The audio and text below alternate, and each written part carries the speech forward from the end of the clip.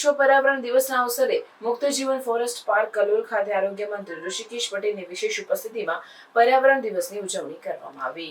પર્યાવરણ દિવસની ઉજવણી પ્રસંગે એક પેડ માં કે નામ અંતર્ગત મંત્રી ઋષિકેશભાઈ પટેલના હસ્તે તેમના માતૃશ્રી સ્વર્ગીય કમળાબાના સ્મરણાર્થે બદામ અને બોરસલીનું વૃક્ષારોપણ કરવામાં આવ્યું। ગ્રીન એમ્બેસેડર જીતુભાઈના જીવન પર આધારિત માહિતી થકી સમાજમાં ઉજાસ પાથરતા પ્રેરણા પ્રકૃતિ 3 તથા પર્યાવરણ પ્રેરણા 3 પુસ્તકનું વિમોચન પણ કરવામાં આવ્યું અને પ્રકૃતિના રક્ષણ માટે ઉત્તમ કામગીરી કરનાર શિક્ષકોને પુરસ્કાર આપવામાં આવ્યા હતા।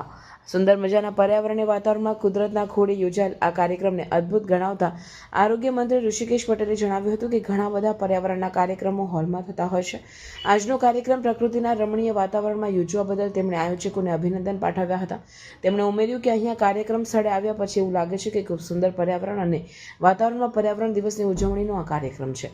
એમાં પણ આજે સામે બેઠેલા જે પણ કોઈ પર્યાવરણ પ્રેમીઓ આવ્યા છે તેઓ પોતાની ઈચ્છાથી આવ્યા છે, એટલે એ નક્કી છે કે અહીં આવેલા તમામ લોકો પ્રકૃતિ પ્રેમી તો છે જ।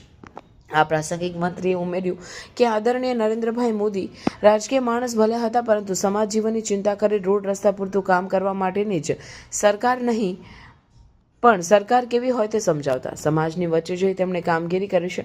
સમાજમાં કોઈ પણ લાલ લીટી ખેંચાઈ હોય, રેડ સિગ્નલ દેખાતું હોય તો સમાજ વચ્ચે જઈ તેમણે સમાજને જોડવાનું કામ કર્યું છે। એક સમય એવો હતો જ્યારે દીકરીઓની સંખ્યા સમાજમાં ઘટતી જતી હતી, ત્યારે દીકરીઓ બચાવવાની મુહિમ, દીકરીઓને ભણાવવાની મુહિમ પણ તેમણે ચલાવી હતી।